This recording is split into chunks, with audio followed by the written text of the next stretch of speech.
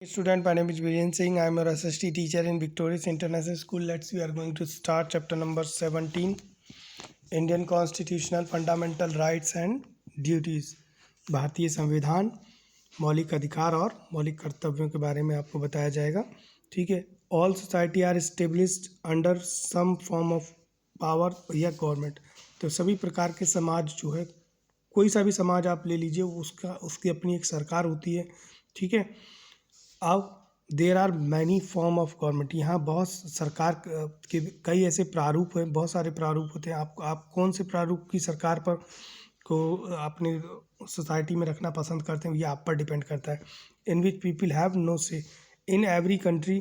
The type of governance depend entirely on the person who has power. ठीक है. तो ये प्रत्येक देश में की अगर बात की जाए, द टाइप ऑफ गवर्नमेंट. ठीक है. गवर्नेंस का जो तरीका होता है depend entirely on the person who has power. तो ये डिपेंड करता है कि उस गवर्नेंस करने का जो तरीका है तो वो निर्भर करता है कि वो जो व्यक्ति सत्ता के शीर्ष पर बैठा है वो कैसा है. ठीक है. ये डिपेंड करता है उस पर.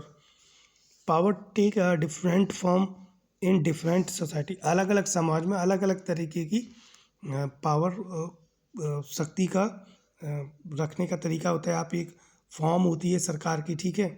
एक प्रकार है, हर सोसाइटी उसे अडॉप्ट करती है. मैं आपको बता दूं, मेजर फॉर्म ऑफ गवर्नमेंट के सरकार के कई ऐसे प्रकार होते हैं, उनके बारे में मैं आपको बता दूं. ठीक है. There are 5 major form of government. Monarchy.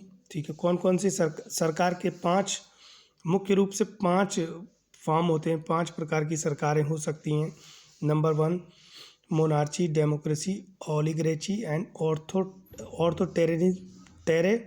टेरिनिज्म and totalitarianism. ठीक है. तो ये 5 प्रकार की गवर्नमेंट होती है. मैं आपको एक को बारी बारी से बता रहा हूँ.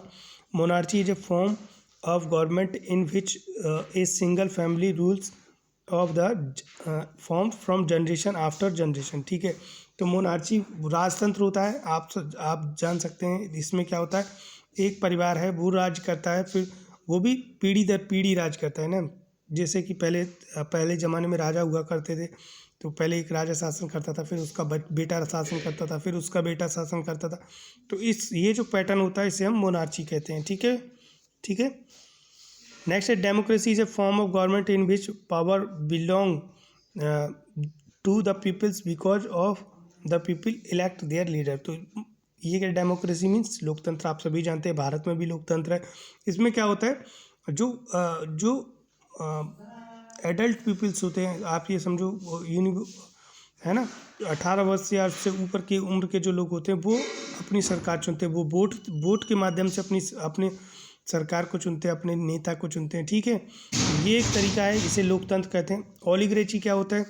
ओलिगरेची is a form of government in which power resides with a few peoples or with the dominant class and or group within the society. तो ओलिगरेची को हिंदी में कहते हैं कुलीन तंत्र. उसमें क्या होता है,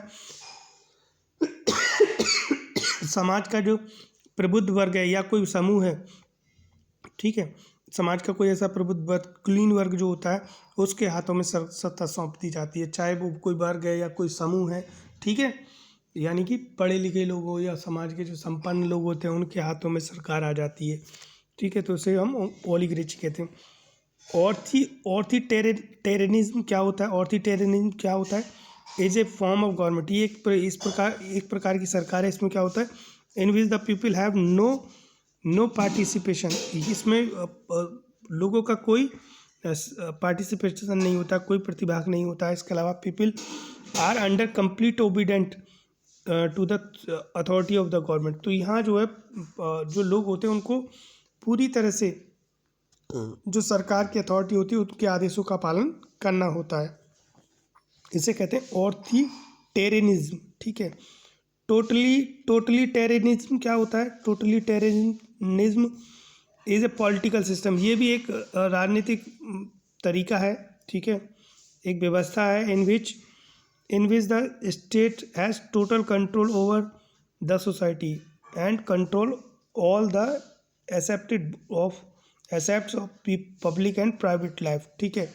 तो इसमें क्या होता है, ये एक पॉलिटिकल सिस्टम है। इसमें पूरा जो स्टेट है वो कंट्रोल होता है ओवर द सोसाइटी, ठीक है। एक सोसाइटी, एक समाज का उस पर अधिकार होता है, ठीक है। और यहाँ तक कि क्या, all except public and private life, उनका जो है सार्वजनिक और व्यक्तिगत जीवन में पूरा हस्तक्षेप होता है, ठीक है। तो उसे हम टोटली टेरिनिज्म कहते हैं, ठीक है। तो आज के वीडियो में बस इतना है। नेक्स्ट वीडियो में आपको डेमोक्रेसी इन इंडिया के बारे में बताएंगे। तब तक के लिए थैंक यू।